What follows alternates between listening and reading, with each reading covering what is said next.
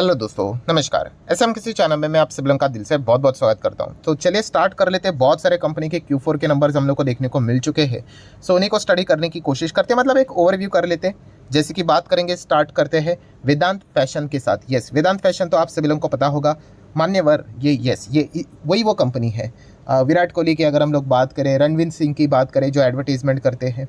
सो शादी के सीज़न में इस कंपनी की कमाई एकदम ज़बरदस्त यहाँ पे होती रहती है। एंड जब से स्टार्ट हुआ है तब से लेके अभी तक अगर हम लोग कहें, अभी 2022 में ही शुरुआत हुई थी। सो जहाँ से शुरू हुआ था वही तक हम लोग को देखने को यहाँ पे मिल चुका है। ठीक है, तो अभी अभी जस्ट स्टार्ट हुआ है इसकी जर्नी, आप ऐसा भी यहाँ पे कह सकते हो। और निवेशकों को इतना कुछ खास रिटर्न अभी तक तो बना के देखे नहीं रखा है। ठीक है, लॉन्ग टर्म की कहानी होती है। एनीवेज, तो कंपनी तो बढ़िया है। वेदांत फैशन की अगर हम लोग यहाँ पे बात करें, 23,000 करोड़ का मार्केट कैप भी हम लोग को देखने को यहाँ पे मिल जाता है। शेयर होल्डिंग पैटर्न भी देखेंगे, 75% ऑलमोस्ट प्रमोटर के पास है। रिमेनिंग 25 में से ऑलमोस्ट हम कह सकते हैं 20% इंस्टीट्यूशंस लेकर बैठे हुए, और केवल 4.25% ही पब्लिक के पास देखने को यहाँ पे मिल रहा है। सो वेदांत फैशन की अगर हम लोग नंबर की बात करें, कैसे रहे नंबर्स, तो नेट प्रॉफिट में केवल 6.25% की जंप देखने को मिले। मतलब प्रॉफिटेबल तो है, 115 करोड़ ओके नंबर्स हम लोग को देखने को मिल रहे हैं। ठीक है, बट इसमें अच्छी बात यह है कि एस्टिमेट को मीट करते हुए देखने को मिल रहे हैं। एस्टिमेट रफली था कि 105 करोड़ कमाएंगे या फिर 100 करोड़ कमाएंगे, तो चलिए 115, मतलब लिटिल बिट एस्टिमेट से भी अच्छा परफॉर्मेंस दिखाया है। तो ये एक चीज़ हो सकती है कि शायद से मान्यवर के नंबर्स को शॉर्ट रेंज में बाजार से थम्स अप यहाँ पे मिल सकता है करके।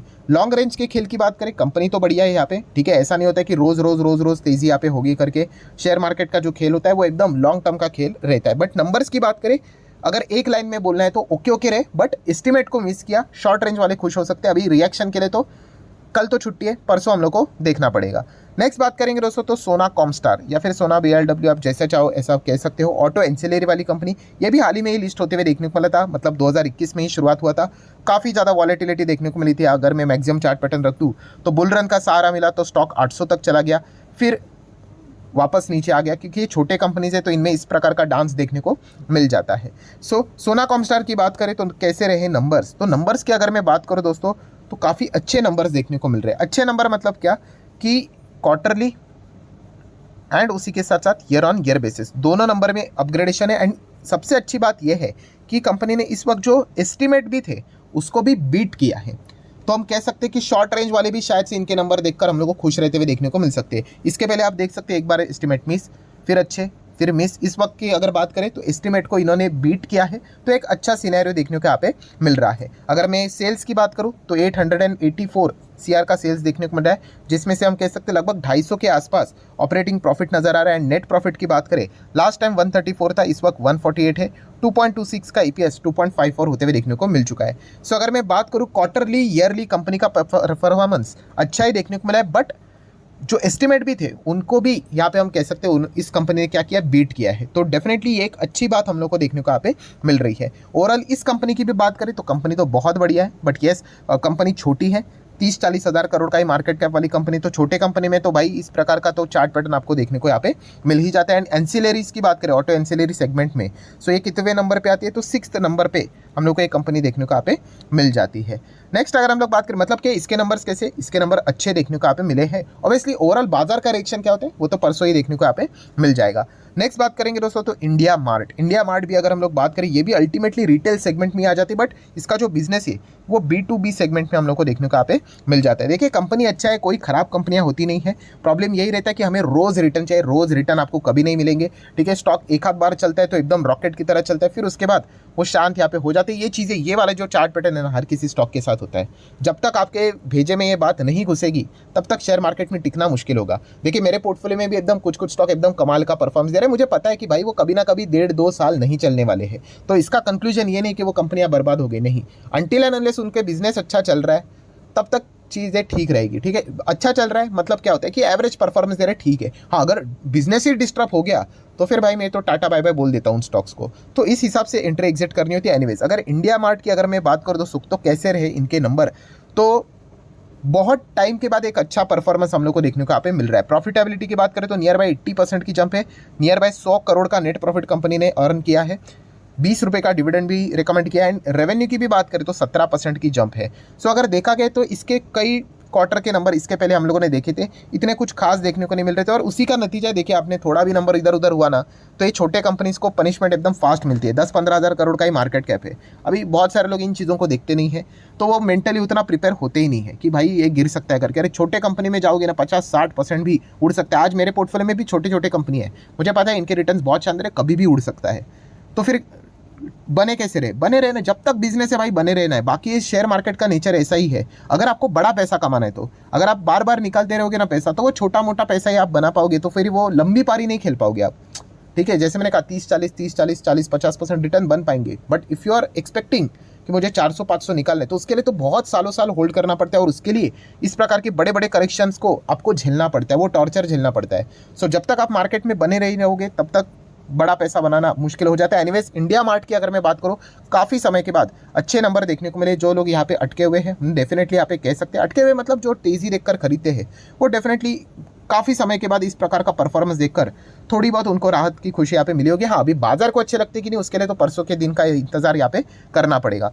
नेक्स्ट बात करेंगे दोस्तों, तो हैवेल्स इंडिया की बात करें, एकदम दमदार कंपनी, लाख करोड़ का मार्केट कैप कंपनी ने यहाँ पे तेज़ी के साथ, आज ही के तेज़ी के साथ यहाँ पे अचीव किया, आप यहाँ पे देख सकते हो। और इनके नंबर्स की भी अगर हम लोग बात करें, तो इसके पहले जितने भी नंबर आते थे एस्टिमेट मिस बड़ी कंपनी है भाई, ओवर एक्सपेक्टेशन, बट इस वक्त कंपनी ने एस्टिमेट को भी बीट किया है, तो ये एक अच्छी बात देखने को मिल जाती है। ये एस्टिमेट वाले कौन होते हैं? सब शॉर्ट रेंज वाले होते हैं। लॉन्ग रेंज वालों को तो पता है भाई कंपनी कैसी है। हैवेल्स जैसी कंपनी लॉन्ग रेंज में तो अच्छा ही करेगी यूजुअली। लाख करोड़ का market cap, large cap company, blue chip company, 5 साल में डबल करके दो तो ही बढ़िया है। देखो 5 साल में डबल, तो यही उनका यूजुअली एक एवरेज परफॉर्मेंस यहाँ पे देखने को हम लोगों को मिल जाता है। और कैसे रहे नंबर इनके? तो रेवेन्यू में 12% की जंप है, नेट प्रॉफिट में 25% की जंप है, जो कि आप कह सकते हैं लगभग 450 करोड़ का प्रॉफिट हैवेल्स इंडिया ने Q4 में यहाँ पे दिखाया है। कंपनी की अगर हम लोग बात करें, तो फाइनल डिविडेंड 6 रुपये का यहाँ पे दे दिया है। सो हैवेल्स इंडिया बड़ी कंपनी है, 5 साल में डबल के हिसाब से इसको लोग स्टडी करते हैं, बिकॉज ऑफ लाख करोड़ के आसपास का ये मार्केट कैप वाली कंपनी है। और इस वक्त के भी नंबर कंपनी ने डिसेंट नंबर यहाँ पे दिखाया, एंड अच्छी बात ये कि एस्टिमेट को भी उन्होंने बीट कर दिया है।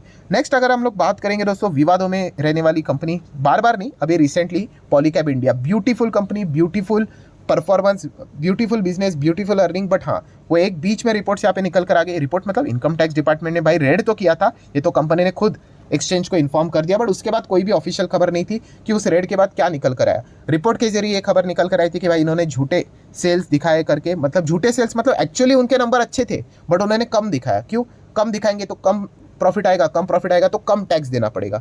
तो ये सारी चीज़ें हम लोग को देखने को मिली थी। इस चीज़ के चलते एक बड़े यहाँ पे इंस्टीट्यूशनल इन्वेस्टर ने अपना 300-325 करोड़ का माल भी बेचा, जो कि हम लोगों ने देखा भी था। स्टॉक यहाँ पे इसी चीज़ में ज़बरदस्त क्रैश होता है, बिकॉज बड़े प्लेयर्स के ही एक्शन के चलते इतना बड़ा डेंट हम लोग को देखने को मिल जाता है। आपके और मेरे बेचने से शेयर प्राइस के ऊपर, चार्ट पैटर्न के ऊपर रद्दी भर भी फर्क नहीं पड़ता, क्योंकि हमारे पास कितनी क्वांटिटीज होगी। और जब 300-400 करोड़ का माल खरीदा या फिर बेचा जाता है, तब वो रिएक्शन देखने को मिल जाता है। अच्छी बात यह है दोस्तों, पॉलीकैब इंडिया में देखिए आईटी डिपार्टमेंट से रिलेटेड अभी तक कोई ऑफिशियल खबर तो सामने नहीं आया कि आगे क्या हुआ है करके, वो लटकती हुई तलवार तो रहेगी। बट अच्छी बात यह जरूर है कि जहाँ से स्टॉक हम लोग को गिरते हुए देखने को मिल रहा था, वहाँ तक उसकी रिकवरी हम लोग को होती हुई देखने को यहाँ पे मिल चुकी है। ये एक बहुत ही अच्छा संकेत यहाँ पे माना जाता है। इसका अर्थ ये नहीं कि भाई इसको क्लीन चिट मिला, कुछ गड़बड़ नहीं होगी करके, वो तो लटकती हुई तलवार, जैसे मैंने अभी टर्मिनोलॉजी का इस्तेमाल किया, वो तो हमेशा रहने वाली है कि आगे क्या होगा करके। बट ये कंपनी डिसेंट है, तो इस चीज़ के चलते वापस बाइंग होते होते होते उसी लेवल पे स्टॉक हम लोग को आते हुए देखने को यहाँ पे मिल चुका है। सबसे बड़ा प्रॉब्लम एक ही है कि इनकम टैक्स डिपार्टमेंट की ओर से अगर कल भविष्य में कुछ भी अगर होता है,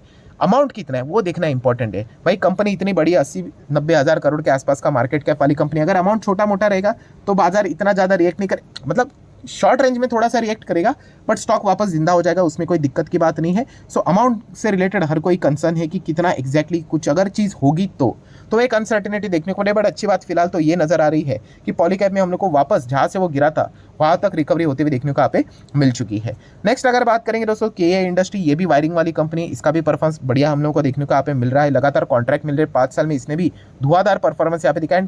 पॉलीकैब के रुकने के बाद केईआई को भी थोड़ा बहुत फायदा शेयर होल्डिंग पैटर्न के हिसाब से हम लोग को मिलते हुए देखने को मिल रहा था। देन केईसी इंटरनेशनल की बात करेंगे दोस्तों, तो ये जो कंपनी, इसको लगभग 1000 करोड़ का ऑर्डर हम लोग को मिलते हुए देखने को मिल चुका है। इसी चीज़ के चलते बढ़िया तेजी भी हम लोग को देखने को यहाँ पे मिल चुकी थी। नेक्स्ट अगर हम लोग बात करेंगे वारे रिन्यूएबल टेक्नोलॉजीज, मतलब वारे रिन्यूएबल से रिलेटेड, सो ये तो सवाल हमेशा आते हैं, कब आते हैं? अपर सर्किट लगता है तभी भी आते हैं, एंड लोअर सर्किट लगता है तभी भी आते हैं। ठीक है, तो यूजुअली इस कंपनी के फैन फॉलोइंग वही है जो जिनको तेजी बहुत अच्छी लगती है। देखो हमने भी मार्केट में कभी ना कभी शुरुआत तो की थी, सो हमारा भी शुरुआत वैसे ही रहता था। कौन सा? कि जो शेयर एकदम रोज सर्किट लगा रहा है, ठीक है, हम उसको रोज़ बाइंग करने की यहाँ पे कोशिश करते थे, बट वो सर्किट में मिलता है नहीं। हमें कब मिलता है? यस, जब यहाँ पे लोअर सर्किट लगना स्टार्ट यहाँ पे हो जाएगा, और फिर अगर देखा गया तो रोज़ लोअर सर्किट यहाँ पे लगते हैं और निकलने को भी यहाँ पे नहीं मिलता है, तो वो पैनिक होना स्वाभाविक बात होती है। सो इस चीज़ के चलते मैंने भी कुछ बातें सीखी थी, वही मैं हमेशा आपको कहता हूँ कि अगर आपका नज़रिया ये रहेगा कि कंपनी क्या करती है वो छोड़कर कि बस रोज़ भाग रहा है इसलिए मैं खरीदूँ, तो फिर आप फ्रस्ट्रेट यहाँ पे हो जाओगे। सबसे पहले तो ये कंपनी आप यहाँ पे देख सकते हो काफ़ी शॉर्ट रेंज में अच्छे रिटर्न्स यहाँ पे दे चुकी है, कुछ ज़्यादा ही रिटर्न्स दे चुकी है, एंड ये कंपनी ऐसे ही चलती है। इसके बीच बीच में यहाँ पे 20% गिरा, यहाँ पे 14% गिरा, 25% गिरा, यहाँ पे 30% गिरा। इस प्रकार की गिरावट हम लोग को इसमें बार बार इस कंपनी में देखने को मिल जाती है। काफ़ी रिस्की टाइप की कंपनीज है, ठीक है। यहाँ पे शेयर होल्डिंग पैटर्न भी देखोगे तो promoter 75 and the rest with the public. Institution हम लोग को नजर यहाँ पे नहीं आते, तो एकदम हायर लेवल के रिस्की कैटेगरी में एक कंपनी हम लोग को देखने को मिल जाती है, ठीक है। अगर आप ब्लाइंडली निवेश करने जाओगे तो दिक्कतें यहाँ पे हो सकती है। अगर आपने कंपनी के पहले से ही अगर इसको ट्रैक अगर यहाँ पे कर लिया होगा तो डिफरेंट स्टोरी हम लोग को देखने को यहाँ पे मिल जाती है। बट बस ब्लाइंडली अगर आप निवेश करोगे तो इस चीज़ के चलते फिर जब भी इस प्रकार के नज़ारे देखने को मिल जाते हैं तो तकलीफ तो यहाँ पे हो ही जाती है, ठीक है। तो अगेन कहना चाहूँगा दोस्तों, बिजनेस को देखकर आप लोगों ने मन बनाना चाहिए। बाकी इस प्रकार के रिस्की वाले स्टॉक में ये नज़ारा बार बार हम लोग को देखने को यहाँ पे मिलता रहता है। सो ठीक है दोस्तों, आशा करता हूँ वीडियो हेल्पफुल लगा होगा, तो चाहो तो लाइक एंड शेयर कर देना। मिलते हैं नेक्स्ट वीडियो में, तब तक के लिए बाय बाय।